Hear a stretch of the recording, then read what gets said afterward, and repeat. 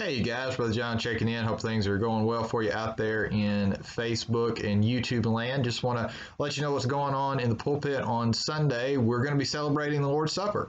And so we're going to be in Mark chapter 10, verses 32, 33, and 34.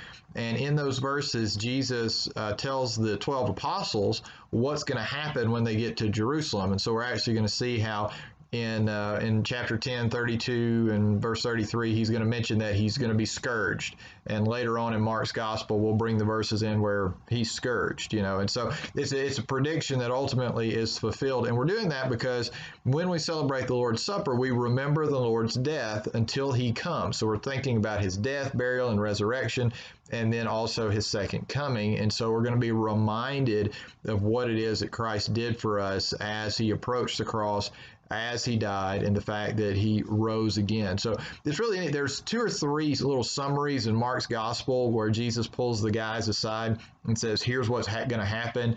They never believe him. They don't understand it. And so it's just, those verses are great reminders, a very succinct way to remember what it is Christ did when he died for us. And so, because it is, the middle of a pandemic, everything's going to be a little bit different. And so we're not going to be passing out the elements like we normally do with the Lord's Supper. Some of you may have already come to the office this week and gotten your Lord's Supper elements. Many of you will pick them up as you walk into the sanctuary. They're going to be outside the door, so you can pick them up. But this is the container. It's really the exact same size as like a coffee creamer container that you'll find at a restaurant or a hotel or something like that. And there's two flaps on this thing. And the first one is where the cracker is. It sits on top. And so, I haven't practiced this with this cup. You take that flap, you peel it back, right? Feel like some kind of hand model or something.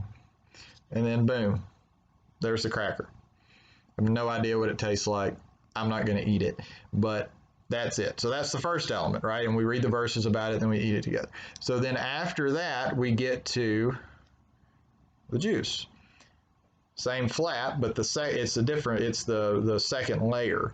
And then you just peel it back slowly. You don't want to spill. And there you go. You've got your juice and the fruit of the vine, the Baptist Faith and Message says.